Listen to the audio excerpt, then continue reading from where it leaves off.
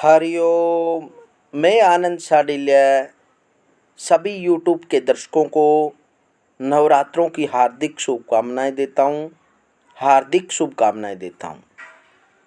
दर्शकों, यह पावन नवरात्रे माँ को प्रसन्न करने के लिए, उसकी आराधना करने के लिए, भक्ति करने के लिए किए जाते हैं। ये माता रानी के विशेष दिन होते हैं। इनमें प्रथम नवरात्रे से माँ के नाम की अखंड ज्योति जगाई जाती है और जो बीजे जाते हैं कलश स्थापना की जाती है। सबसे पहले तो स्नान आदि से निवृत्त होकर सुबह, उसके बाद माता रानी की एक सौम्य फोटो, प्रतिमा, विग्रह को किसी लाल वस्त्र पर सुसज्जित करके और उसके पास किसी पात्र में या भूमि पर थोड़ा रेता डालकर उसमें जौ उगाए जाते हैं और उसके उपरांत उसके ऊपर कलश स्थापित किया जाता है। यथाशक्ति जैसा सामर्थ्य होता है, मिट्टी, सोना, चांदी, तांबा आदि का जो भी आपकी सामर्थ्य होती है उसके अनुसार कलश स्थापना की जाती है। उस कलश के अंदर चावल, दूर्वा व पुष्प, लौंग, इलायची, सुपारी, द्रव्य, एक सिक्का, सप्तमृत्तिका, सर्वौषधि, पवित्री और उसके बाद पंचरत्न उसमें डाला जा सकता है और उसके बाद आम के पत्ते या किसी भी देवदार वृक्ष के पत्ते कलश पर सुसज्जित किए जाते हैं। उसके उपरांत श्रीफल कलश पर स्थापित किया जाता है और श्रीफल पर स्वस्ति और कलश पर भी स्वस्ति का चिन्ह बनाया जाता है। उसके बाद कलश की षोडशोपचार पूजा की जाती है।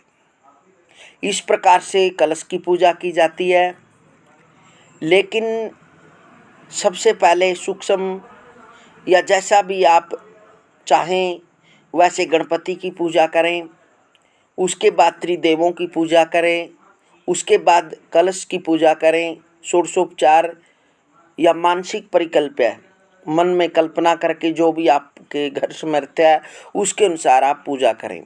उसके बाद माता रानी के पास एक श्रीफल रखा जाता अलग से, उसमें यथाशक्ति द्रव्य लगाकर और मौली लपेटकर वहाँ पर रखा जाता है और उसके बाद माता रानी का वहाँ पर सूट या साटी का साड़ी रखी जाती है, माँ को अर्पित की जाती है। भाव रखना है कि मैं इस विग्रह को माता रानी को साक्षात यह पहना रहा हूँ, इस प्रकार की भावना रखनी है। यह अर्पित कर रहा हूँ, यह अर्पित कर रही हूँ। उसके बाद जब गणपति का पूजन हो जाए उसके बाद जोत को यदि आप अखंड रखना चाहते हैं तो अखंड ज्योति जगाएं और जोत के नीचे या किसी भी पात्र में जब आपने ज्योति जगाई उसके नीचे अष्टदल बना सकते हैं। रोली से बना सकते हैं या फिर चावल से बना सकते हैं। उसके नीचे सबसे पहले क्या करें, उस जिस पात्र में आपने जोत जगाई उसके नीचे पुष्प या थोड़े चावल जरूर रखें। इस प्रकार से माता रानी का हर रोज पूजन करें और व्रत रखें। अश्विन मास की शुक्ल पक्ष की प्रतिपदा से नवमी तक की तिथियों को नवरात्र कहते हैं। घट स्थापना, दुर्गा पूजन सामग्री, गंगाजल, रोली, मोली, पान, सुपारी, धूप बत्ती, घी का दीपक, फल फूल की माला, विल्व पत्र, चावल, केले का खंबा, वंदनवार के वास्ते आम के पत्ते, चंदन, घट नारियल, हल्दी की गांठ, पंचरत्न, लाल वस्त्र, पूर्ण पात्र, चावल से भरा पात्र, गंगा की मृतिका, जौ, पतासा, सुगंधित तेल, सिंदूर, कपूर, पंच सुगंध, नैवेद्य के वास्ते फल इत्यादि, पंचामृत, गंगा जल, दूध, दही, मधु, चीनी, पंचगव्य, गाय का गोबर, गोमूत्र, गोदूध, गोदही, गोघृत, दुर्गा जी की स्वर्ण मूर्ति अथवा मृतिका की प्रतिमा, कुमारी कन्या के लिए वस्त्र आभूषण तथा नैवेद्य, अष्टमी में ज्योति पूजन के वास्ते उपरोक्त सामग्री, घृत, गंगा जल आदि से माँ की पूजा की जाती है। श्री नवदुर्गा नवरात्र व्रत किस प्रकार से रखें? इस व्रत में उपवास या फलाहार आदि का कोई विशेष नियम नहीं होता। प्रातः काल उठकर स्नान करके मंदिर में जाकर या घर पर ही नवरात्रों में दुर्गा जी का ध्यान करके या तो दुर्गा का, माता रानी का ओम ह्रीं ह्रीं क्लीं चामुंडाय विच ओम ग्लूम हों क्लीं जूं स ज्वालय ज्वालय ज्वल ज्वल प्रज्वल प्रज्वल ह्रीं ह्रीं क्लीं चामुंडाय विच ज्वल हंग संग लंग अक्षंग फटय स्वा, इस मंत्र का पाठ करें या फिर दुर्गा सप्तशती का पाठ कर सकते हैं। यदि संस्कृत में नहीं कर सकते तो हिंदी में कर सकते हैं। नवरात्रों में दुर्गा जी का ध्यान करके कथा भी पढ़ सकते हैं। कन्याओं के लिए व्रत विशेष फलदायक है। श्री जगदम्बा की कृपा से सब विघ्न दूर होते हैं और कथा के अंत में बारंबार दुर्गा माता तेरी सदा जय हो का उच्चारण करते रहें। दर्शकों, नवरात्र की कथा इस प्रकार है। एक बार बृहस्पति ने ब्रह्मा जी से कहा, ब्राह्मण, आप अत्यंत बुद्धिमान, सर्वशास्त्र और चारों वेदों को जानने वालों में श्रेष्ठ हैं। हे प्रभु, कृपा कर मेरा वचन सुनिए। चैत्र, अश्विन माघ और आषाढ़ मास के शुक्ल पक्ष में नवरात्रा का व्रत और उत्सव क्यों किया जाता है? हे भगवान, इस व्रत का फल क्या है? किस प्रकार करना उचित है? और पहले इस व्रत को किसने किया? सो विस्तार पूर्वक बताइए। बृहस्पति जी का ऐसा प्रश्न सुनकर ब्रह्मा जी कहने लगे, बृहस्पति, प्राणियों का हित करने की इच्छा से तुमने बहुत ही अच्छा प्रश्न किया है। जो मनुष्य मनोरथ पूर्ण करने वाली दुर्गा महादेवी, सूर्य और नारायण का ध्यान करते हैं, वे मनुष्य धन्य हैं। वे मनुष्य धन्य हैं। यह नवरात्र व्रत संपूर्ण कामनाओं को पूर्ण करने वाला है। इसके करने से पुत्र चाहने वाले को पुत्र, धन चाहने वाले को धन, विद्या चाहने वाले को विद्या और सुख चाहने वाले को सुख मिल सकता है। इस व्रत को करने से रोगी मनुष्य का रोग दूर हो जाता है और कारागार में पड़ा हुआ मनुष्य बंधन से छूट जाता है। मनुष्य की तमाम विपत्तियां दूर हो जाती हैं और उसके घर में संपूर्ण संपत्तियां आकर उपस्थित हो जाती हैं। बंध्या और काक बंध्या के इस व्रत के करने से पुत्र हो जाता है। ऐसा कोई भी मनोरथ नहीं है जो समस्त पापों को दूर करने वाले इस व्रत के करने से सिद्ध नहीं हो सकता। जो मनुष्य इस अलभ्य देह को पाकर भी नवरात्र का व्रत नहीं करते हैं, वह माता पिता से हीन हो जाता है, अर्थात उसके माता पिता मर जाते हैं, मृत्यु को प्राप्त हो जाते हैं और वह अनेक दुखों को भोगता है। उसके शरीर में कुष्ठ हो जाता है और अंगहीन हो जाता है। उसके संतान उत्पत्ति नहीं होती। इस प्रकार वह मूर्ख अनेक दुख भोगता है। इस व्रत को न करने वाला निर्दयी मनुष्य धन और धन्य से रहित हो भूख और प्यास से मारे पृथ्वी पर घूमता है और गूंगा हो जाता है। जो सुहागिन स्त्री भूल से इस व्रत को नहीं करती, वह पति से हीन होकर नाना प्रकार के दुखों को भोगती है। यदि व्रत करने वाला मनुष्य सारे दिन का उपवास न कर सके तो एक समय भोजन करे और उस दिन बांधवों सहित नवरात्र व्रत की कथा श्रवण करें। ब्रह्मा जी ने आगे कहा, बृहस्पति, जिसने पहले इस महाव्रत को किया उसका पवित्र इतिहास में तुम्हें सुनाता हूं, तुम सावधान होकर सुनो। इस प्रकार ब्रह्मा जी के वचन सुनकर बृहस्पति जी बोले, हे ब्राह्मण, मनुष्यों का कल्याण करने वाले इस व्रत के इतिहास को मेरे लिए कहो। मैं सावधान होकर सुन रहा हूं। आपकी शरण आए हुए मुझ पर कृपा करो।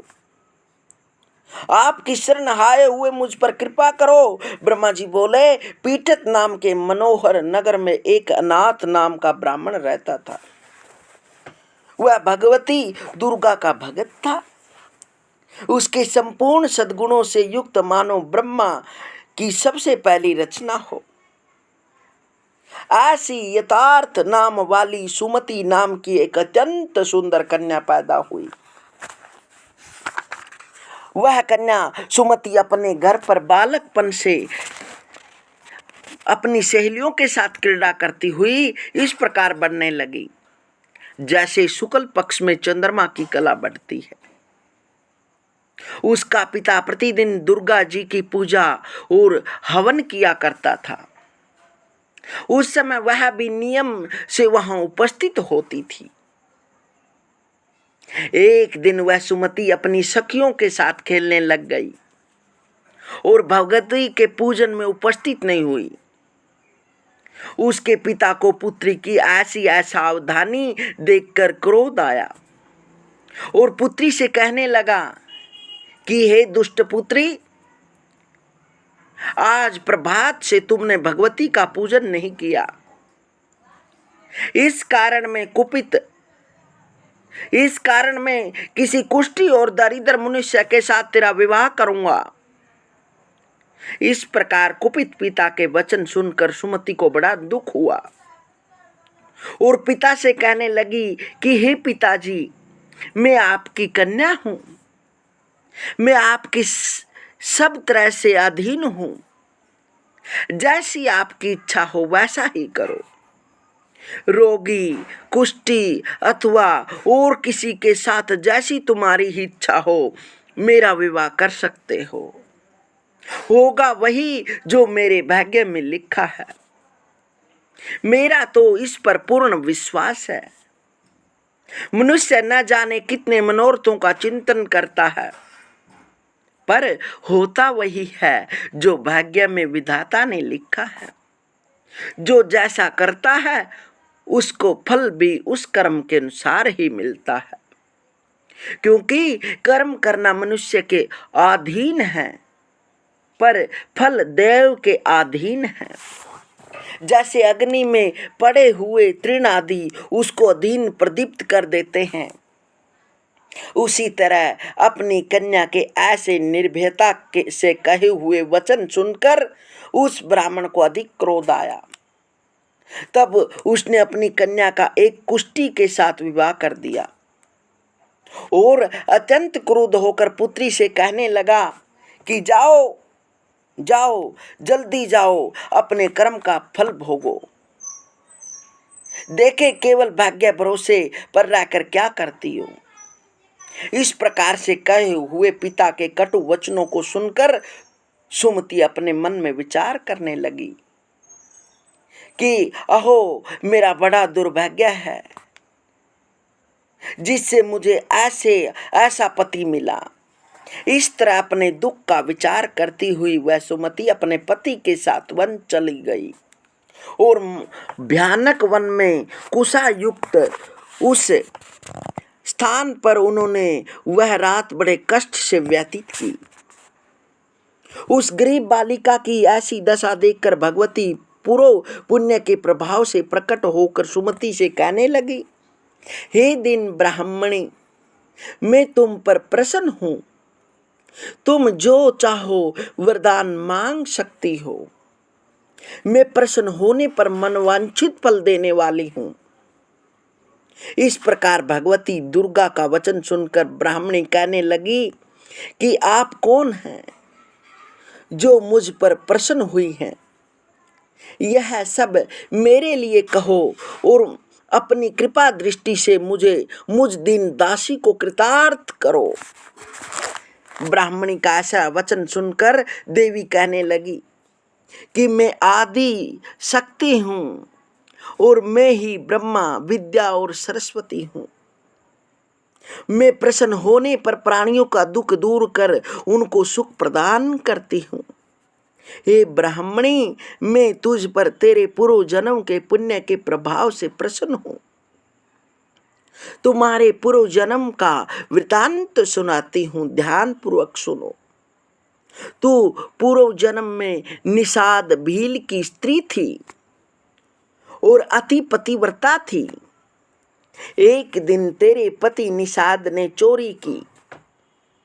चोरी करने के कारण तुम दोनों को सिपाहियों ने पकड़ लिया और ले जाकर जेल खाने में कैद कर दिया। उन लोगों ने तेरे को और तेरे पति को भोजन भी नहीं दिया। इस प्रकार नवरात्र के दिनों में तुमने न तो कुछ खाया और न ही जल पिया। इसलिए 9 दिन तक नवरात्र का व्रत हो गया। ए ब्राह्मणी, उन दिनों में जो व्रत हुआ, उस व्रत के प्रभाव से प्रसन्न होकर तुम्हें मनवांछित वस्तु दे रही हूं। तुम्हारी जो इच्छा हो सो मांगो। इस प्रकार दुर्गा के कहे हुए वचन सुनकर ब्राह्मणी बोली कि अगर आप मुझ पर प्रसन्न हैं तो हे दुर्गे, आपको प्रणाम करती हूँ। कृपा करके मेरे पति के कोढ़ को दूर करो। देवी कहने लगी कि उन दिनों में जो तुमने व्रत किया था, उस व्रत के 1 दिन का पुण्य अपने पति का कोढ़ दूर होने के लिए अर्पण करो। मेरे प्रभाव से तेरा पति कोढ़ से रहित और सोने के समान शरीर वाला हो जाएगा। ब्रह्मा जी बोले, इस प्रकार देवी का वचन सुनकर वह ब्राह्मणी बहुत प्रसन्न हुई और पति को निरोग करने की इच्छा से ठीक है, पति को निरोग करने की इच्छा से ठीक है ऐसा बोली। तब तक उसके पति का शरीर भगवती दुर्गा की कृपा से कुष्ठहीन होकर अति कांति युक्त हो गया।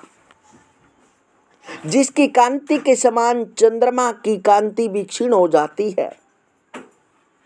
वह ब्राह्मणी पति को मनोहर देह को देकर देवी को अति पराक्रम वाली समझकर स्तुति करने लगी कि हे दुर्गे, आप दुर्गत को दूर करने वाली, तीनों जगत कष्ट संताप हरने वाली, समस्त दुखों को दूर करने वाली, रोगी मनुष्य को निरोग करने वाली, प्रसन्न होने पर मनोवांछित वस्तु देने वाली और दुष्ट मनुष्यों का नाश करने वाली हो। तुम ही सारे जगत की माता और पिता हो। हे अम्बे, मुझ अपराध रहित अबला का मेरे पति ने कुष्ठी के साथ विवाह कर मुझे घर से निकाल दिया। उसकी निकाली हुई पृथ्वी पर घूमने लगी। आपने ही मेरा इस आपत्ति रूपी समुद्र से उद्धार किया है। हे देवी, आपको प्रणाम करती हूँ। मुझ दिन की रक्षा करो। ब्रह्मा जी बोले, हे बृहस्पति, इस प्रकार उस सुमति ने मन से देवी की बहुत स्तुति की। उससे की हुई स्तुति सुनकर देवी को बहुत संतोष हुआ और ब्राह्मणी से कहने लगी, हे ब्राह्मणी, तुम्हारे उद्दालक नामक एक अति बुद्धिमान, धनवान, कीर्तिवान और जितेंद्रिय पुत्र शीघ्र ही होगा।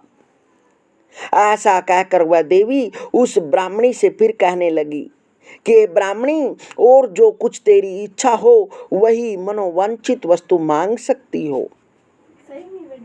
ऐसा भगवती दुर्गा का वचन सुनकर सुमति बोली कि हे भगवती दुर्गे, अगर आप मेरे ऊपर प्रसन्न हैं तो कृपा कर मुझे नवरात्रि व्रत विधि बताइए।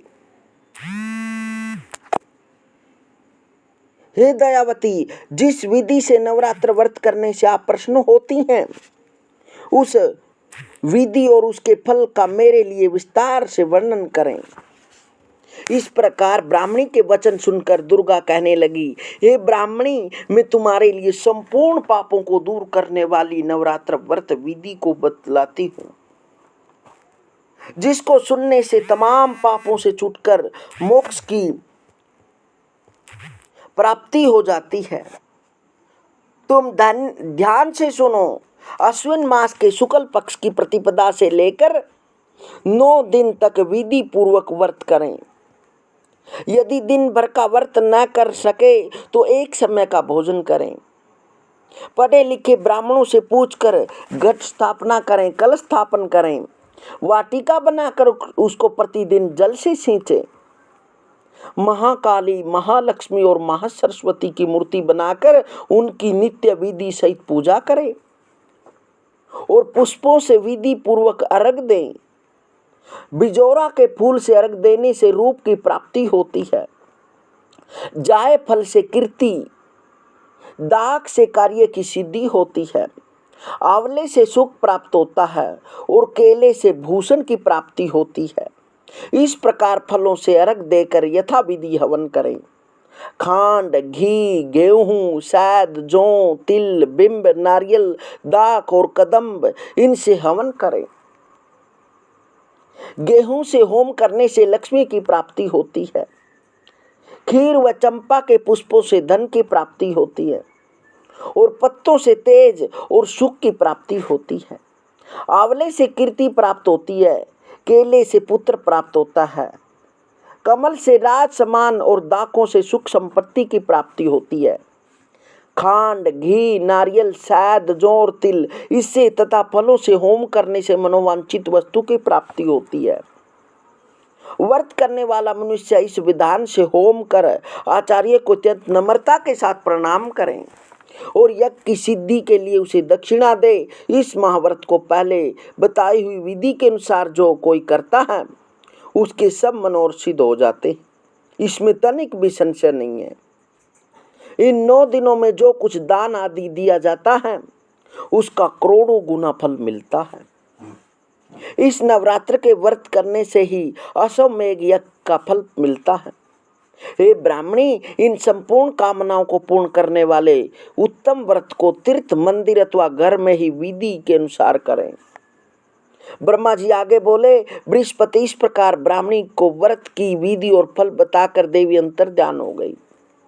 जो मनुष्य या स्त्री इस व्रत को भक्ति पूर्वक करता है वह इस लोक में सुख पाकर अत्यंत में दुर्लभ मोक्ष को प्राप्त होता है। हे बृहस्पति, यह दुर्लभ व्रत का महात्म्य मैंने तुम्हारे लिए बतलाया है। ब्रह्मा जी के वचन सुनकर बृहस्पति जी आनंद के कारण रोमांचित हो गए और ब्रह्मा जी से कहने लगे, ब्रह्मा जी, आपने मुझ पर अति कृपा की जो अमृत के समान इस नवरात्रि व्रत का महात्म्य सुनाया। हे प्रभु, आपके बिना और कौन इस महात्म्य को सुना सकता है। ऐसे बृहस्पति जी के वचन सुनकर ब्रह्मा जी बोले, हे बृहस्पति, तुमने सब प्राणियों का हित करने वाले इस अलौकिक व्रत को पूछा है, इसलिए तुम धन्य हो। यह भगवती शक्ति संपूर्ण लोगों का पालन करने वाली इस माँ देवी के प्रभाव को कौन नहीं जान सकता है। इस प्रकार से भगवती की कथा हर रोज सुने, नियम से व्रत रखें, ईर्ष्या, क्रोध, लोभ, मोह, अहंकार आदि से अपनी आत्मा को पवित्र रखें, क्रोध न करें, शुद्धि से रहें। मिलते हैं दर्शकों अगली वीडियो में, तब तक हरिओम हरिओम हरिओम।